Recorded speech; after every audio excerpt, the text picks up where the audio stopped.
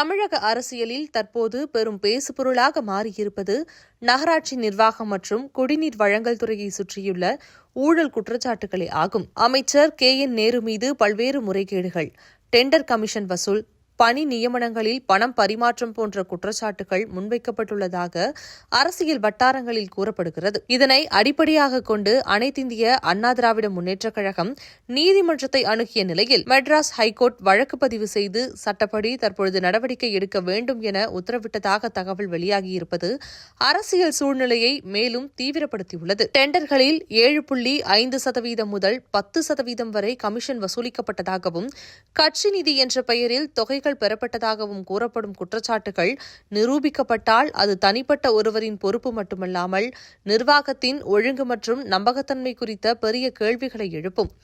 ஏனெனில் நகராட்சி மற்றும் குடிநீர் வழங்கல் போன்ற துறைகள் பொதுமக்களின் அன்றாட வாழ்வுடன் நேரடியாக தொடர்புடையவை. இந்த விவகாரத்தில் அரசியல் தாக்கம் மேலும் அதிகரிக்க காரணம் முதலமைச்சர் மு.க.ஸ்டாலின் தலைமையிலான அரசு இந்த குற்றச்சாட்டுகளை எவ்வாறு கையாள்கிறது என்பதுதான். ஏனெனில் எதிர்க்கட்சிகள் அரசு தனது அமைச்சரை பாதுகாக்க முயன்றதாக குற்றம் சாட்டுகின்றன.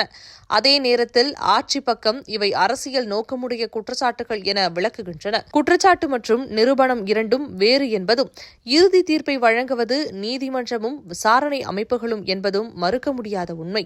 ஆனால் மக்களிடம் எழுந்துள்ள சந்தேகங்களை நீக்குவதற்கான ஒரே வழி முழுமையான, வெளிப்படையான, சுயாதீனமான விசாரணை மட்டுமே என்பதும், ஈக்குவாலிட்டி என்பதும் முக்கியம். பொதுமக்களின் வரிப்பணம் எவ்வாறு பயன்படுத்தப்படுகிறது, அரசு ஒப்பந்தங்கள் எவ்வாறு வழங்கப்படுகின்றன, அதிகாரம் மற்றும் கட்சி நிதி இடையே ஏதேனும் ஒழுங்கு மீறல் உள்ளதா என்பதெல்லாம் தெளிவாக விளக்கப்பட வேண்டியது காலத்தின் கட்டாயமாகியுள்ளது. இந்த நிலையில் இந்த விவகாரம் ஒரு சாதாரண அரசியல் குற்றச்சாட்டு அல்ல. நிர்வாக வெளிப்படைத்தன்மை, பொறுப்புக்கூறல் மற்றும் சட்டத்தின் ஆட்சி ஆகியவை சோதிக்கும் முக்கியமான தருணமாக மாறியுள்ளது. ஆகவே குற்றச்சாட்டுகள் ஆதாரமற்றவை என்றால் அதையும் சட்டப்படி நிரூபிக்க வேண்டும். உண்மையெனில் பொறுப்புக்கூறல் தவிர்க்க முடியாது. ஏனெனில் ஜனநாயகத்தில் அதிகாரம் என்பது சலுகை அல்ல, அது மக்களின் நம்பிக்கையுடன் வழங்கப்பட்ட பொறுப்பு என்பதே இறுதி உண்மை.